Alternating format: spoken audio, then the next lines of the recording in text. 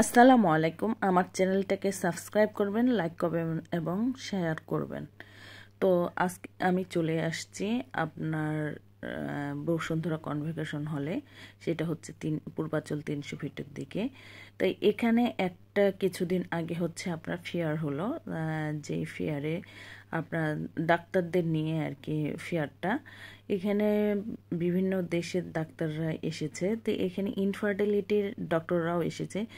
যেখানে হচ্ছে ইন্ডিয়ার সাথে বাংলাদেশের সম্পর্কটা টান পড়েছে, সেই জায়গায় কলকাতার ডাক্তাররা বলেছে বাংলাদেশের পেশেন্টদের কোনো ট্রিটমেন্ট দেবে না।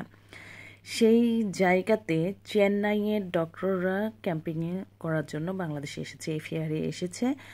আর জীবন মিত্র ফার্টিলিটি সেন্টার, তারপরে হচ্ছে প্রশান্ত ফার্টিলিটি সেন্টার, এরপরে অর্চনা ফার্টিলিটি সেন্টার এবং চায়না থেকে, কোরিয়ান থেকে এই যে মেশিনগুলো আলট্রাসোনো টিভিএস এর মেশিনগুলো দেখতে পাচ্ছেন, এবং ডেন্টিসের কিছু মেশিন চলে আসছে এই ফেয়ারটাতে, হেলথ এক্সপো ফেয়ার। তো যাই হোক না কেন, চেন্নাইয়ে যেটা হয় কি, ট্রিটমেন্ট পারপাস নিয়ে বাংলাদেশি পেশেন্ট, চেন্নাই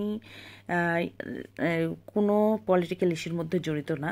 এজন্য হচ্ছে চেন্নাইয়ের ডক্টররা বাংলাদেশের পেশেন্টদেরকে চায়, এবং সেজন্যই তারা ক্যাম্পিং করার জন্য এবং ফেয়ারটাতে এসেছে, এবং সামনে 19, 20, 21 ফেয়ার আছে, সেখানেও আসবে।